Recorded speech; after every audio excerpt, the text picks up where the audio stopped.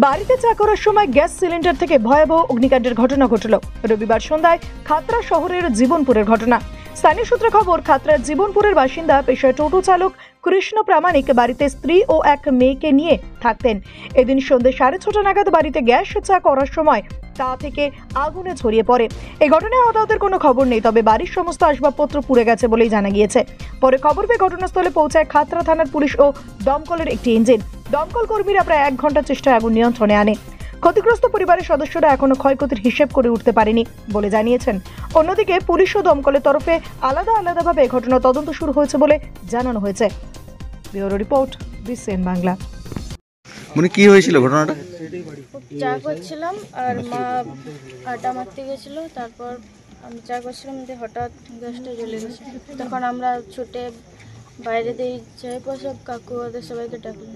মানে গ্যাসের সিলিন্ডারটা জ্বলে গেল হঠাৎই? কোনো লিকেজ ছিল আগে? হতে পারে। নতুন সিলিন্ডার থেকে হয়েছে? নতুন সিলিন্ডার লিক হয়। নতুন সিলিন্ডারে লেগে গেল? কি কি পুড়েছে দেখলে? কি ওই কাপড় জামা, সাইকেল আর কি সব, বইপত্র কিছু হয়েছে। এখনো দেখোনি সব কিছু? ঠিক, ওই মূলত গ্যাস সিলিন্ডার থেকে লেগেছে।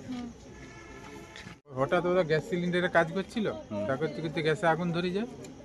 সেইখানে ওরা ছুটি চলে যায় পাশের বাড়িতে, আমাদের বাড়িতে। তারপরে আমরা ফায়ার ব্রিগেডকে খবর দিই এবং পাশাপাশি বিভিন্ন লোককে খবর দিই এবং বিভিন্ন লোক তখন জড়ো হয়। পাশাপাশি কি পুড়েছে দেখলাম? মোটামুটি ধরুন প্রায় সবই পুড়ে গেছে, ম্যাক্সিমাম সব ঘরের যা কিছু সমস্ত কিছু পুড়ে গেছে। সমস্ত কিছু, সেটা তো কোনটা কি পুড়েছে এখন দেখি। এখন কি দমকল এসেছিল? হ্যাঁ, দমকল এসেছে। আগুন নিয়ন্ত্রণে? আগুন এখন আপাতত। কোন জায়গায় হয়েছিল ঘটনা? এটা জীবনপুর, খাতড়া। কি বললো ওরা পরিবার যখন আপনাকে প্রথম বলতে গেছিল? কি বলছিল প্রথম? বলছে গ্যাস সিলিন্ডারে চা করতে যে আগুন লেগে গেছে। আতঙ্কিত ছিল পুরো? আতঙ্কিত ছিল এবং ওরা ওখানে আমার বাড়িতেই প্রথম গেছিল। দিয়ে আপনারাই দমকল ডাকলেন? হ্যাঁ, আমি তখন উপরে ছিলাম, আমি শর্ট করে ছুটি নামলাম। উপর থেকে নেমে আমি সঙ্গে সঙ্গে ফোন নাম্বারে করে 100-কে ডায়াল করে ফোন করে ডাকলাম।